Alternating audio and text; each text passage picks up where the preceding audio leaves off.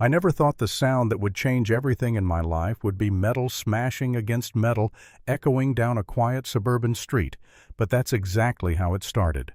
3 police cars flashing lights, neighbors filming from their lawns, and a woman who had ruled our HOA like a tyrant for years standing there in handcuffs, screaming that she had authority. What none of us knew yet was that the truck she destroyed belonged to the mayor, and that her power trip had finally gone too far. I moved into that neighborhood thinking it would be temporary. A clean place, decent schools nearby, quiet streets, the kind of HOA community people describe as stable. I wasn't looking to make friends. I wasn't looking to make waves. I was counting time. Boxes half-packed in the garage, exit plans already forming in my head. I followed the rules, kept my lawn perfect, paid my dues early. I believed if I stayed invisible, I'd be fine. That was my first mistake. Her name was Karen Whitmore, HOA president, self-appointed sheriff of curb appeal, and the kind of person who treated bylaws like Holy Scripture, selectively quoted, aggressively enforced. Karen loved microphones, clipboards, and the sound of people apologizing. She didn't just enforce rules, she fed on them. Every fine was a trophy. Every confrontation made her smile a little wider. At first it was small stuff. A warning email about trash cans left out too long, a flyer taped to doors about approved paint colors. Annoying but manageable. Most of us shrugged it off. But then Karen announced her masterpiece. Trucks were banned, pickup trucks specifically. According to her, they damaged the aesthetic harmony of the neighborhood, lowered property values, and made us look unfinished. Overnight flyers appeared. Emails flooded inboxes. She strutted into the next HOA meeting like she'd just passed federal law. Warning stickers bloomed on windshields before sunrise. Fines followed immediately. I didn't even own a truck. I remember sitting there thinking, this is ridiculous, but it's not my problem. I nodded, stayed quiet, and kept my head down. Karen mistook that silence for weakness. She started hovering near my house, pretending to measure curbs, sniffing around for violations that didn't exist. My lawn was perfect. My house was spotless. That irritated her deeply. She couldn't control me, so she waited. And when she couldn't find anything on me, she turned her attention to my visitors. Delivery drivers complained. Contractors stopped taking jobs in the neighborhood. Guests started parking blocks away just to avoid fines. The place felt smaller, tighter, like the air was being slowly squeezed out. Karen, meanwhile, looked thrilled. I still told myself it wasn't worth fighting. I was leaving soon anyway. Why burn energy on someone like her? Then Jay came to visit. Jay and I had been friends since high school. The kind of friendship that survives bad haircuts, worse decisions, and one truly terrible garage band. He never flaunted anything. He showed up wearing jeans, a hoodie, and that same easy grin I'd known for decades. Unfortunately for Karen, he drove a Ford pickup. We were inside catching up, talking about life politics, old stories we shouldn't repeat when yelling sliced through the air. Not arguing, screaming. Jay paused mid-sentence, eyebrow raised. I sighed and said it was probably Karen doing her thing again.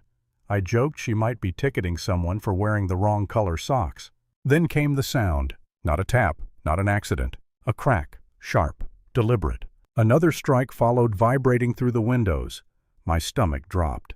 I walked toward the door slowly, already knowing. I looked outside and said, "Jay, isn't that your truck?" His smile vanished. We rushed out and found Karen in full meltdown mode, gripping a metal bat like she'd been waiting her whole life for this moment. She was screaming about banned vehicles, property values, disrespect. Without hesitation, she swung again, denting the door. Jay stepped forward, calm but firm, asking her what the problem was. That only fueled her. She declared the truck illegal, claimed authority over visitors, and announced she was enforcing consequences. Neighbors gathered. Phones came out. Whispers spread. I stood there frozen, watching disbelief turn into chaos. Jay tried reasoning with her, explaining he was a guest unaware of any rule. Karen laughed in his face and kept swinging. Paint chipped. Glass cracked.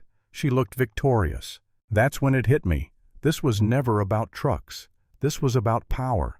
And she thought she finally had it all. I pulled out my phone, hands shaking, and dialed 911. Karen noticed and actually smiled. "Yes," she yelled, twirling the bat like a trophy, "call them. They'll deal with this." She kept swinging anyway. Jay warned her to stop, told her plainly that if she continued, she'd regret it. That sentence detonated her ego. She shrieked, accused him of threatening her, screamed about her position, her board, her authority. Then she swung sideways and struck his shoulder. Everything froze. A collective gasp rolled through the street. Jay stumbled back, more shocked than hurt. I jumped between them, heart pounding, while Karen dropped the bat theatrically and clutched her chest, instantly switching into victim mode like it was second nature. Sirens wailed in the distance. 2 police cruisers pulled up fast. Officers stepped out, calm, controlled eyes, scanning the chaos. Karen launched into a rehearsed rant about HOA rules and defiant residents. The officers listened patiently, then turned to Jay. One officer stared at him a second longer than necessary. IDs were requested. Jay handed his over without hesitation. The officer glanced down, then back up, then keyed his radio.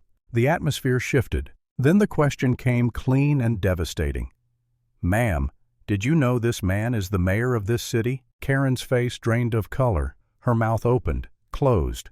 No sound came out. The cuffs clicked shut moments later. She screamed about misunderstandings, about authority, about how this would be fixed.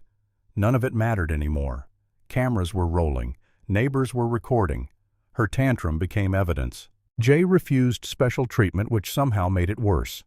Charges stacked fast: assault, destruction of property, harassment, abuse of authority. By sunrise, the HOA board had suspended her. By the next week, they resigned in panic. Lawsuits followed. Audits uncovered years of selective enforcement. Fines were refunded. Her emails read like confessions. The court didn't blink.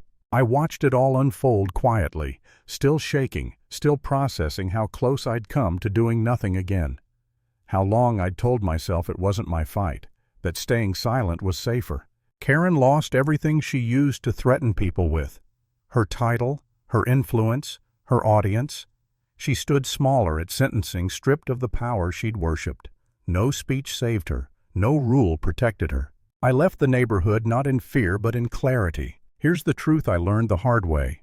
Authority without restraint always collects interest. And eventually someone comes to collect.